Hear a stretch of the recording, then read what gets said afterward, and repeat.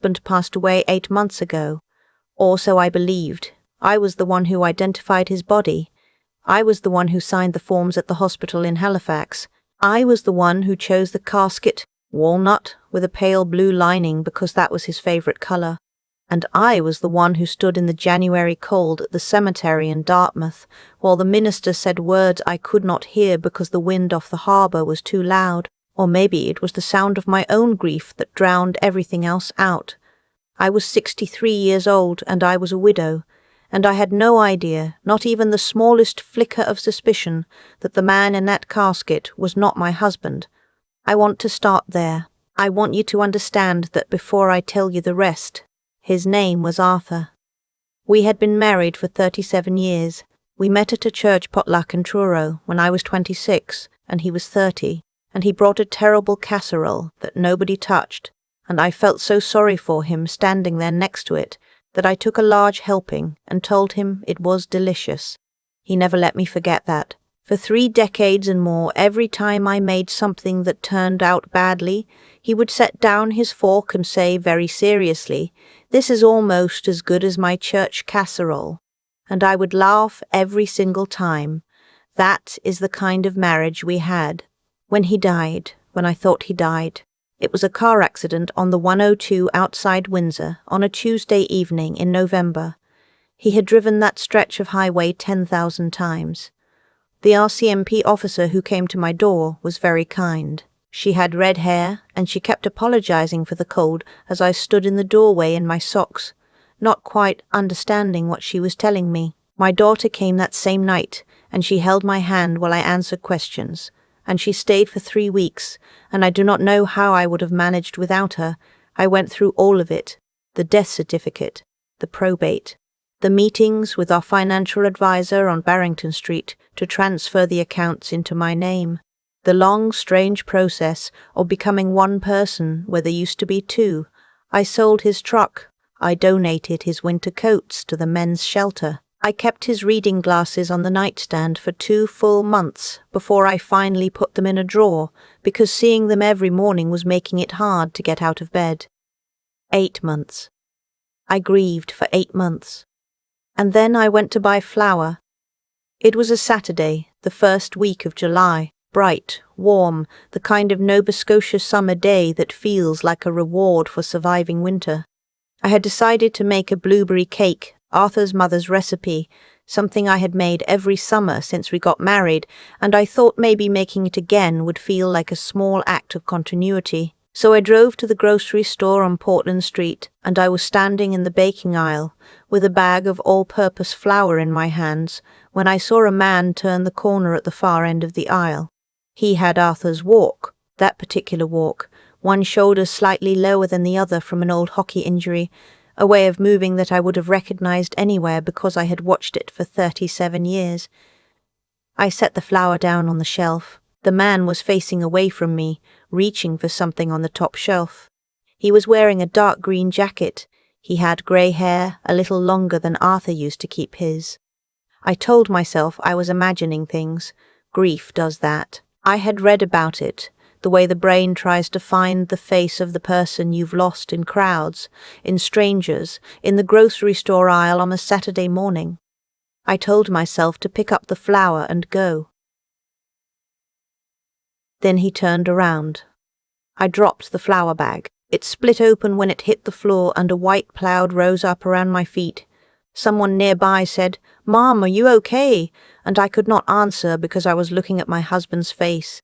Not someone who resembled him. Not a stranger with similar features. Arthur's face. The exact set of his eyes. The small scar above his left eyebrow from when he came off a ladder painting the garage in 2009. The particular way he held his mouth when he was thinking. He was looking at the shelf and he had not seen me yet. My heart was beating so hard I could feel it in my throat. I thought I might be having a stroke. I thought very clearly and very calmly, "Am I dead? Is that what this is?" Then someone called out from the other end of the aisle, a woman's voice, cheerful and familiar, in the way that a voice sounds when it belongs to a life, and she said, "Did you find the maple syrup?"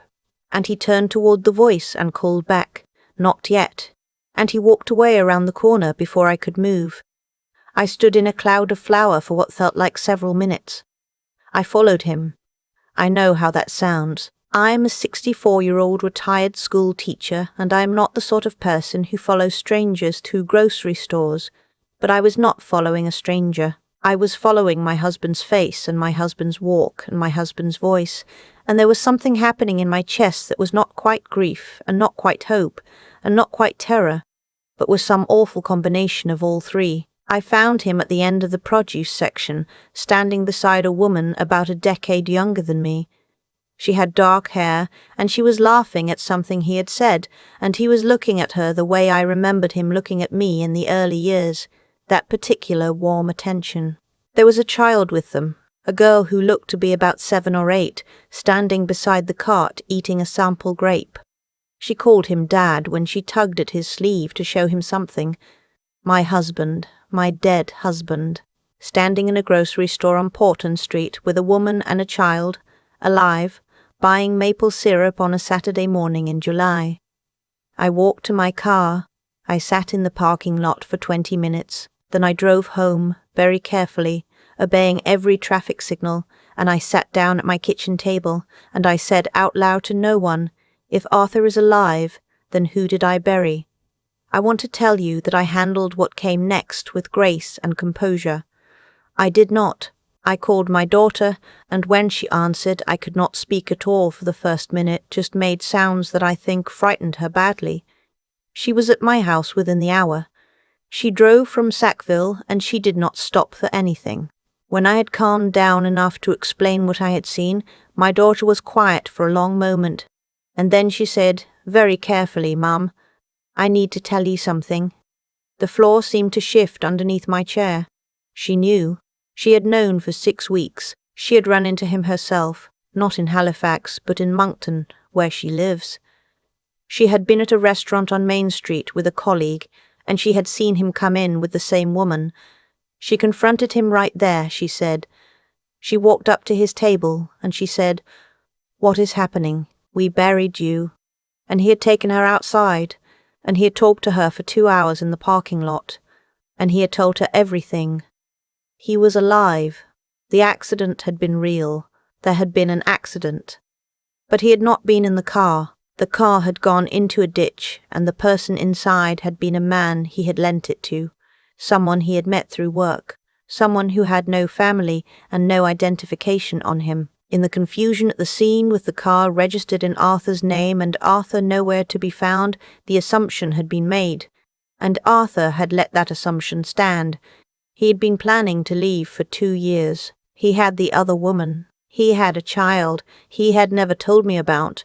He had an entirely separate life that he had been building while he drove to work, and came home to dinner and said, "This is almost as good as my church casserole." The accident was, as he apparently described it to my daughter, a convenient coincidence. He had taken money from a personal account I didn't know existed. He had moved to New Brunswick. He had let me sign forms and arrange a funeral and grieve him into the ground. My daughter had not told me because she wanted to protect me, she said. She thought if she could confront him, make him understand the damage, perhaps he would come forward himself and explain. She was trying to give him the chance to do the right thing. She said she was sorry. She said it many times. I listened to all of this. I looked at my daughter's face, which I have loved since the moment I first saw it, and I understood that she had looked into my eyes every day for 6 weeks, including at my birthday dinner in June, including the Sunday she helped me plant the garden, and she had not told me. I told her she needed to go home. I know that sounds cold. She was crying when she left. I stood at the window and watched her car pull out of the driveway, and I felt grief for the second time in 8 months. But this time the grief was different, harder and cleaner, and without any warmth in it at all. Then I called a lawyer. My lawyer is a woman I know from the community association, sharp and thorough, the kind of person who does not waste time on outrage when there is work to be done. I reached her on her cell phone on a Saturday afternoon, and she listened without interrupting, and when I finished she said, "Right, here is what we are going to do. What we did was this. Because Arthur had allowed a false identification to stand, had benefited from it, had used the legal presumption of his death to effectively steal from our joint estate. There were significant legal questions about the transfer of our shared assets. The house was mine. The investments had been transferred to my name through probate, but his name had been fraudulently removed from certain obligations as well as benefits, and the situation was complicated. The Canada Revenue Agency had closed his tax file. He had effectively ceased to exist on paper while continuing to exist in Moncton. It took 4 months. I will not describe all of it because some of it is still in process and my lawyer advises me to say little. What I will say is that Arthur had to surface. He could not remain legally dead indefinitely once we made clear that we knew. There were police involved, not charges in the end, but investigations and formal interviews. There were financial institutions involved. There was a great deal of paperwork. He tried through a mediator to reach out to me directly. I declined. He tried through my daughter to explain himself. My daughter, to her credit, and I do give her credit for this, told him that she was not a messenger and he should direct his explanations to my lawyer. What I know of his explanation from legal documents and my lawyer's summaries is that he loved the other woman and could not see a way to leave that would not destroy the life we had built. And when the accident happened, he made a decision in a moment of what he called overwhelm. He did not use the word cowardice. I have chosen to supply it myself. The man in the grey was eventually identified through dental records as someone from out of province with no next of kin. His name was released to the public, and there was a small memorial arranged by a social worker in the city. I attended because it seemed to me that someone should. I stood at the back and I did not speak to anyone, and on the way home I stopped at the bridge over the Arm and looked at the water for a while. I returned to my house and I cooked dinner and I ate it at the kitchen table, and I thought about what it means to know a person. 37 years. I knew how he took his coffee and which side of the bed he preferred, and the particular sound he made when he was trying not to laugh. I did not know him at all. My daughter and I went through a difficult period. We are finding our way back to each other, slowly. She came for Thanksgiving and we made a turkey that was too large for 2 people, and we ate leftovers for 4 days and 1 evening. After dinner, she sat on the kitchen floor with the cat and cried, not saying anything, and I sat down next to her on the floor, and we stayed there for a while. We are not all the way back yet, but I think we will be. I went back to teaching. Not full-time, I'm retired, but I do supply work now, 2 or 3 days a week. I like the noise of it, the way a classroom makes demands that are immediate and concrete, and have nothing to do with any of this. I like the bus ride in the morning, the commute of it, the ordinary motion. There is a coffee shop on the corner near one of the schools where I go, and the woman at the counter knows my order now, medium dark roast with just a little rum, and she always asks about my weekend, and I always tell her something true and small and manageable. It is a good way to start the morning. I have not forgiven my husband. I am not certain forgiveness is the right frame for what he did. It implies something was done to me in a moment of weakness or passion, which is not quite accurate. What he did was a decision made over time, sustained over time, which required him to look at my face regularly and continue. I am not interested in framing that as something that can be forgiven. I am interested in continuing my life. The blueberry cake. I went back to the grocery store that same week and bought a new bag of flour, and I made Arthur's mother's recipe, because it is also my recipe now, and it has been my recipe for 37 summers, and I am not going to let it belong to the story of what he did. I sat at the kitchen table and ate a slice with my afternoon tea, and it was good, the way it always is, the blueberries a little tart under the sweet. Somebody has to remain. Somebody has to stay in the kitchen and eat the cake and watch the summer light come through the window and decide, quietly and without drama, to keep going. I have decided that person is me. I am 64 years old. I live in Halifax. The harbour is grey-green this time of year, and in the mornings there is often fog, and the foghorns sound low and even across the water, and I have always found that sound, strangely, to be a comfort. I am still here. I intend to stay. The blueberry cake is still on my counter as I write this. I made it again last weekend, Arthur's mother's recipe. The one I've made every summer for 37 years. And it turned out exactly the way it always does. A little tart, a little sweet, completely ordinary, and that ordinariness felt, for the first time in a long time, like something I had earned. I've been thinking about what Arthur chose to do, and more than that, about what choices cost, not in the dramatic sense, not consequences as punishment, not karma as a cosmic ledger, just the plain arithmetic of it. When you build a life on a lie, you are spending something that isn't yours to spend. You are borrowing time and trust and emotional energy from people who haven't agreed to the loan. Arthur spent 37 years of mine. He spent months of my daughter Claire's, and then, when the weight of knowing became too heavy for her, she spent some of mine too, trying to carry his secret. That is how dishonesty travels. It doesn't stay contained to the person who originates it. It moves outward, and it costs everyone it touches. What I keep returning to is the question of knowing, not knowing him. I've made my peace with the fact that I didn't, not fully, but knowing myself. I identified his body. I signed the forms. I chose the casket with the pale blue lining because I thought it was what he would have wanted, and I was trying, even in grief, to be a good and careful person. That instinct, to do right by someone even when it costs you, that is not nothing. That is not a small thing to have held on to for 37 years. He may have been dishonest with me, but I was not dishonest with him, or with myself, or with the people around me. And that, I've decided, is mine. He can't take it back. Claire and I are rebuilding slowly. I have thought carefully about what she did. The 6 weeks of silence, the attempt to manage something that wasn't hers to manage. And I understand it better now than I did when I asked her to leave. She was 29 years old and she was standing in a Moncton parking lot, looking at her father, alive, and she was trying to find a way through it that didn't break everything.